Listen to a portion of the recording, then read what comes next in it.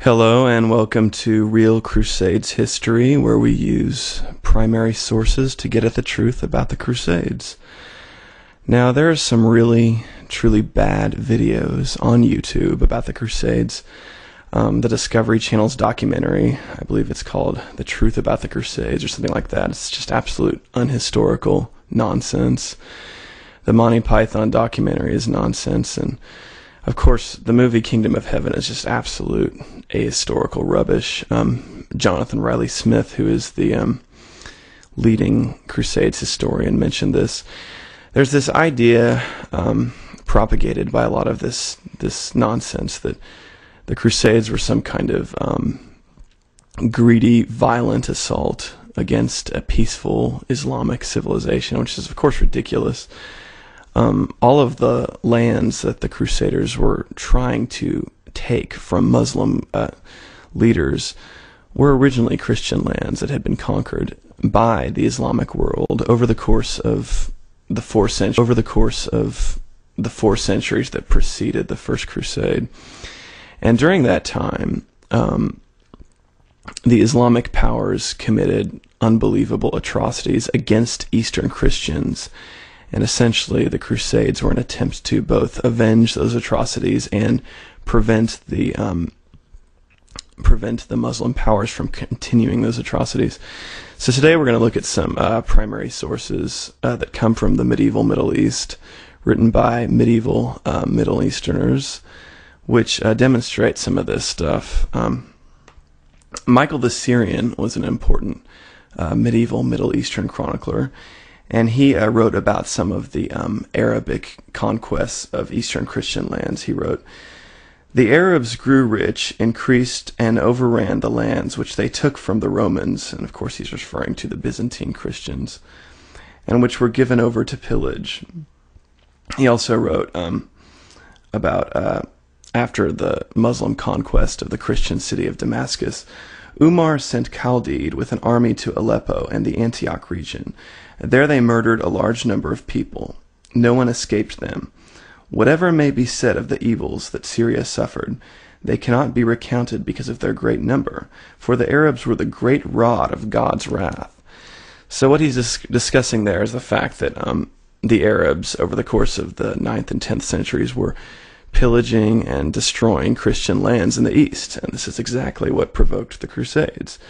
And even more so, in the 11th century, the Muslim Turks began conquering the Syrian region and committed unbelievable atrocities against Eastern Christians in exactly the areas of the world where the Crusades took place.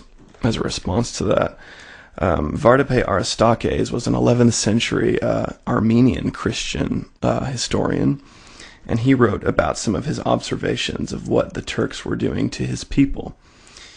Here's a passage from his history. He writes, "When the enemy attacked, they cut the citizens down, not after the fashion of a war, but as though they were slaughtering sheep penned up in a yard. Swords in hand, the Muslims came upon some, fell upon them like beasts, pierced their hearts, and killed them instantly. As for the stout and corpulent, they were made to go down on their knees, and their hands were secured down by stakes. Then the skin, together with the nails, was pulled up on both sides over the forearm and shoulder, as far as the tips of the second hand, forcibly removed, and the Turks fashioned bowstrings out of them. Oh, how bitter this narration is." Yeah, that's an understatement, I would say. That's a brutal massacre. And then he goes on to talk about the massacre of Christians by Muslims in another city. This is a city called Ani, which was an important medieval Armenian city, and this occurred in the 1050s, which is just a couple decades before the First Crusade. So Aristakes writes, "One could see there the grief and calamity of every age of humankind, for children were ravished from the embraces of their mothers and mercilessly hurled against rocks, while the mothers drenched them with tears and blood. Father and son were slain by the same sword. The elderly, the young, priests and deacons also died by the same sword. The city became filled from one end to the other with bodies of the slain, and the bodies of the slain became a road. From the countless multitude of the slain, and from the corpses, that great stream which passed by the city became dyed with blood. Wild and domesticated beasts became the cemeteries of those corpses, for there was no one to cover over the bodies of the slain with the needed earth, no one to bury them. The lofty and beautiful palace was burned, while all other structures were transformed into mounds of earth.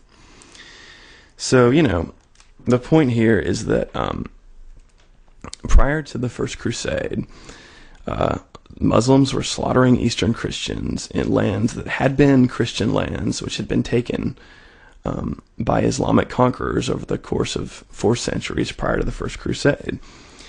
And so, to portray the Crusades as some kind of barbaric act of violence against a peaceful people is just ridiculous. Obviously, the Turks weren't peaceful. They were extremely warlike, and they had been conquering Christians for a long time when they had to face the Crusaders. And in addition, there's every indication to believe that the Turks and Muslim forces planned on trying to conquer all of Western Europe, where the Crusaders came from. Saladin wrote, or rather is quoted as saying, "I think that when God grants me victory over the rest of Palestine, I shall divide my territories, make a will stating my wishes, then set sail on this sea for their far-off lands, and pursue the Franks there, so as to free the earth of anyone who does not believe in Allah, or die in the attempt." So, in other words, Saladin was planning on conquering all of Western Europe, and basically wiping out all of Christian civilization together.